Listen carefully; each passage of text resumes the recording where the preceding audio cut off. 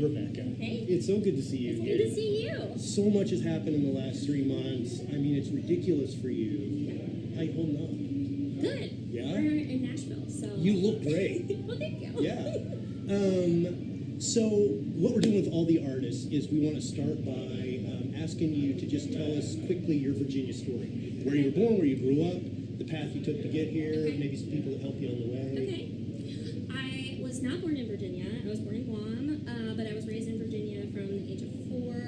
Lived in the Shenandoah Valley most of my life. Mount Jackson area, teeny tiny town, one stoplight. Went to school at JMU, James Madison University.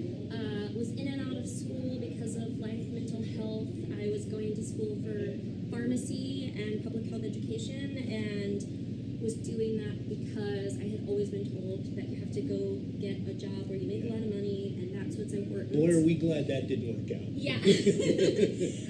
I worked in pharmacy for 15 years. I was playing music on the side for most of that time.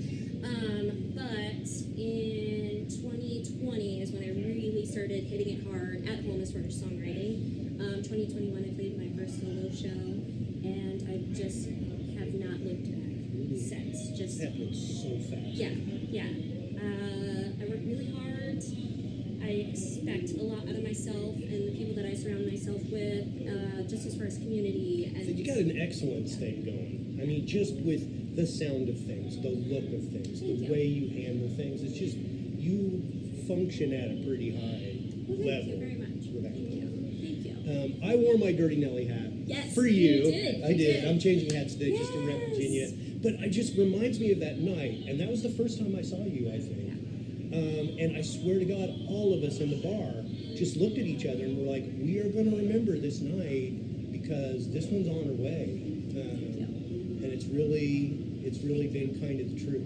I really appreciate that. And I appreciate Seaville Soundcheck so much. Dirty Nellies is like a second home It's to the me soul. in Virginia. For us, it's the soul. Yeah, everybody there, Coda. Well, Jules Kresge from Dropping Julia was really my in to Dirty Nellies.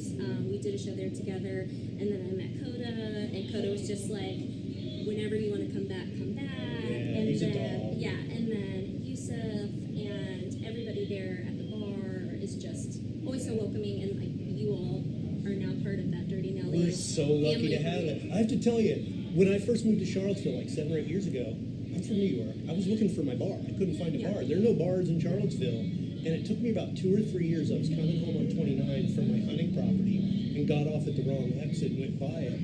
And my Irish bar radar just went ding, ding, ding, ding, ding. And I turned in and never looked back. It's my favorite place. It's pretty special. It really is. And the food's amazing too. And everybody sounds great there. And everybody can work that board. It's just a real special place. Listening to your new album over and over again, I absolutely love how you did the prequel for Roll with the Punches. Yeah. It's so smart, such a Thank cool technique. How did that happen? Thank you. I am a huge Pistol Annie's fan, and on their record, Interstate Gospel, they did a prelude. Their prelude was different. Their prelude was like very similar production, sound, and then that song was at the end of the record. And so that brought that idea, and it's a concept album, so you're following this storyline of the protagonist of Roll with the Punches, and I just really felt like it needed that. We needed that prelude to like set the scene, get people understanding, oh, this isn't just something I'm listening to, like this is going to be like holistic. You're going to be surrounded by the sounds, you're going to hear the lyrics, the dynamics of the music. For the listener, and I'm sure this wasn't in your mind, but it just says to me, this is the big dog of the song. It's like you get it here, and then it's gonna slay you. Yeah. And it works that way. Thank you. I got pushback on it. Like when I told the band Did you about really it. stand your ground? Yeah, and I told the band, and like my current manager used to be in the band and played on the record and is amazing, wonderful. There, it was just like everybody's like kind of, what are we doing? Like we're gonna play part of the song, but not the whole song. And then like roll with the punches. The full song has like an intro portion that's also different than the song, and so there was this like gentle pushback of, do we really need this? Is this really necessary? And I was like, just hear me out. Let's just do it. We'll hear it all together, and I promise you're gonna get it. And it's gonna make sense. I know I don't have to tell you this, but always listen to your voice, because you're right about everything. You should tell my husband that. Well, not when it comes to, I'm staying out of your damn married life. I'm just talking about the music now. But I mean, it's really true to just know what you want.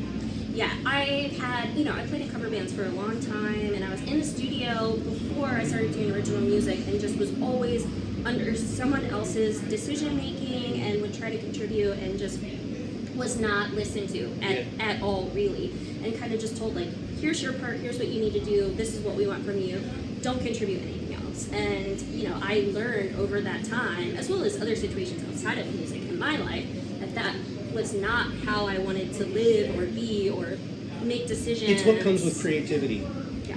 The creative life is not a democracy. Mm-hmm. There has to be a voice driving things, Yeah. That knows it's the voice. Yeah. And other people can either get with it or go find their voice. Yeah, and during the pandemic, like when I started writing my own music, it was like the birth of my son really started the wheels turning of, I don't think where I'm at with music, and yes, I'm playing shows and I have proximity, but it's not how I want to have a relationship with music and be creative. And then the pandemic and some other decisions with the people that I was previously playing with just were all these red flags of, this is not what you want to do. You don't have to, the pandemic made so many things like, you don't have to just do this thing because you think you have to. It broke a lot of paradigms. Yeah, and so it was like, you know what, like, I already know that I don't want to do this. I don't feel good the way that I'm participating in music right now and being creative, and so I'm just gonna go for it. Yeah. Well, we're glad you do. Tell everybody out there where they can catch you, what you got going on, anything you've got coming up that we want to know about. November, I'm going out to Texas, and I'm doing a very short run, just a couple days with my friend Adam in Austin, San Antonio area. December, I'm going out to Pacific Northwest with our friend Mike Frazier. Oh, yeah? Yeah. I'm gonna He go was out. so fun. Yeah, he's amazing. Such a wonderful guy. He was just on the cover of the Washington Post. Is he really? His story about his epilepsy disorder and having his brain surgery, and it's amazing. So check that out when you can. Yep, absolutely. Tell him I said hi. I will. I will. Probably won't know me from I Adam, will. but tell No, him he'll what. remember you. He's one of those people that like remembers everyone, and he's just so genuine and so sweet and so supportive. And then January, I'm going to go down to New Orleans for Folk Alliance International, which is, I was shocked when I got an email that like I got that and was going to be an official showcasing artist. Yeah. I wasn't expecting it. I was just like, waiting for the decline email. I had already like faced it wasn't going to happen this year, and then like we had just announced Americana Fest that we were official showcasing, which we'd known for a little while but couldn't announce it yet. And then to get that email, it was like, oh wow, okay, good things are happening for me, and I worked really hard for them, and I deserve these things, and this is just another way for me to continue to move forward and just like bring people that I love and support me and community with me. And Well, we love you so much, and we're pulling for you, and so happy. Well, good luck this afternoon. Can't wait to see what you're going to do up there. Thank you. And we'll talk to you soon. Yeah, I'm glad we could bring Virginia and single too. soundcheck down to Nashville. Yeah, we're so little. All right, we'll see you soon. Yeah, you too. Bye. And be safe out there, kids. Just Oh. worry about all of you.